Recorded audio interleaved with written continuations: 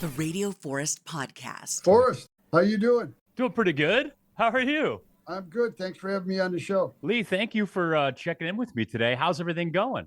Going great. Playing live performances every night and loving life. Yeah, haven't you guys? I thought I heard that you've played every year in 50 plus years. Like you guys have never missed a year of touring. Is that true? 58 years, including the pandemic. With your touring and all the other bands and rock stars that you know, is that pretty uncommon? I would guess most bands take a year or two off. I believe they do, but I've been working so much, I don't know what their what their timeline is. All I know is that we're continually working, and I've stopped unpacking my bag. Yeah. I just open it up, take out the dirty clothes, clean those, put them back in the bag, and get ready to go out again. How has your rider changed throughout the years? In 55 years, surely the one in 2025 is different from 1975. Oh, yeah. Usually you can't eat before the show anyway. To have all of that stuff there is a lot of times a waste, and you try to give it away to someone who's actually going to eat it or use it. You know, the joke things of the brown M&Ms and just to make sure that people actually read the writer. I talk to a lot of guitar players on this show, and so oftentimes we get into how many guitars they own, what they're looking for, some prized possessions. Is that comparable to trumpets? Are there high-end trumpets or historic ones that you've wanted or brands you've chased after? Well, the 4-valve flugelhorn that I used in the 70s, I just got an additional one. The exact model, the one that I have was, I think, 250 horns later than the one that I just bought. Wow. So I have two exact models of my Getzen 4-valve flugelhorn. And the significance of that is that it's a bigger bell and it's more of the texture of the trombone in the upper register. So that's why I needed it. I didn't need a smaller sound. I needed to match the bone. Well, how many horns do you own overall? Then how many do you take on tour? I don't know how many horns. I probably have maybe 10 horns. I just take one. I take a flugelhorn, a B-flat trumpet, and a C trumpet on tour. That's it. We're talking to Lee Loughnane from Chicago. You've got a Greatest Hits Expanded, Chicago 9 songs from 1969 to 1980 with a couple of added songs, right? Is that correct? Yes. There's it's 21 songs now. I don't know exactly how many were on the 9th album, but there's more songs from the first 8, and I believe a couple from the 10th album as well. And I heard a statistic, but forgive me, I can't remember how many like top 20 or 100 singles has Chicago have? It's something staggering. We've had like 70 top 40 songs. Wow. More than we can put in the show. Are you stuck with the playlist? Because you're like, look, we're Chicago. We've been doing this for 50 plus years. These are the 5 songs we have to play.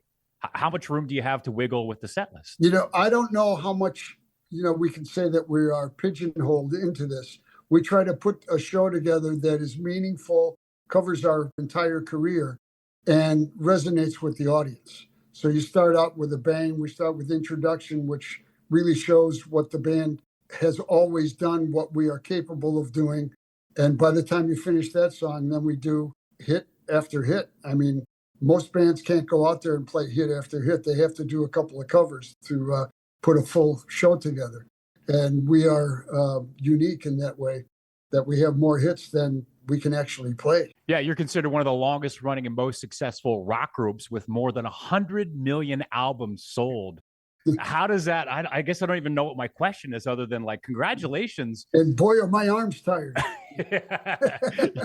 yeah, that's the punchline for that. 100 million albums. Take me back to the beginning of you picking up the horn and then getting a band together. I mean, that couldn't have even have been a goal, right? Look, I want to sell 100 million albums. It's like, no, I want to play the trumpet and tour would be fun, right? We did not know if we were going to make an album. We didn't even know what doing that, meant. We just enjoyed playing music together and playing music for people. That was what we liked. I liked that better than going to a bar and just sort of hanging there and, having a drink. Shortly near the end of his life, you guys did open up for Hendrix a couple of times.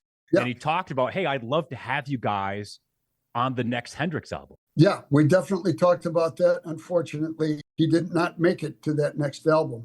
That never came to be, but That would have been pretty interesting. What do you think interested him in Chicago? Was it the whole package together? Because I know he was a big fan of your guitarist. I'm pretty sure, yeah, it was the whole package. The uniqueness of the sound, I think, interested him. And he came from R&B. He was playing R&B before he went over to England, and we loved playing R&B tunes back then as well. We only knew that first album worth of material, so we were already still doing covers when we first went on stage and when he was listening to us. He heard us at the Whiskey A Go Go in L.A. What about Chuck Mangione? You guys ever run across him? I've never actually met Chuck, but he was a great player, a great writer, and he will be missed. And Chicago's on tour. You're coming through here, Boise, August 27th, Outlaw Field.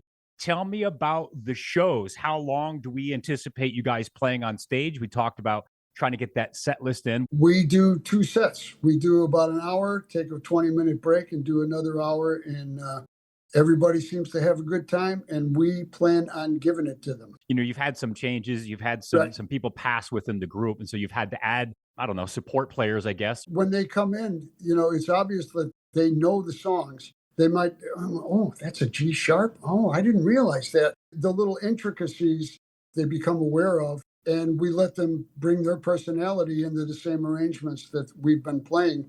And it changes the music a little bit organically, I think, and makes it fresh and live. So you've been doing this long enough. How much do you have to practice before a tour kicks off? Do you have to all get together and make sure you're gel? I mean, know the entire catalog, but we know the set pretty much. If we rehearse, it's usually at the beginning of the year. If we're going to change the set in any way, any significant way, we rehearse that kind of stuff. But once we start on the road, it's pretty much the same show throughout the year because of all the production that is available now. Everybody has to know what's going on, so you can't just change from night to night. That's what we did. We would have a different set every night. You can no longer do that. Also, with your history of touring every single year, what are some places you're looking forward to going to in 2025?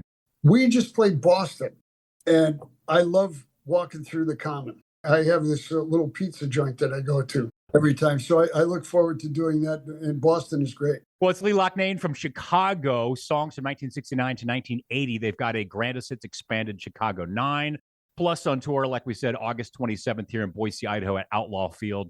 Thanks for the chat. Thanks, Forrest.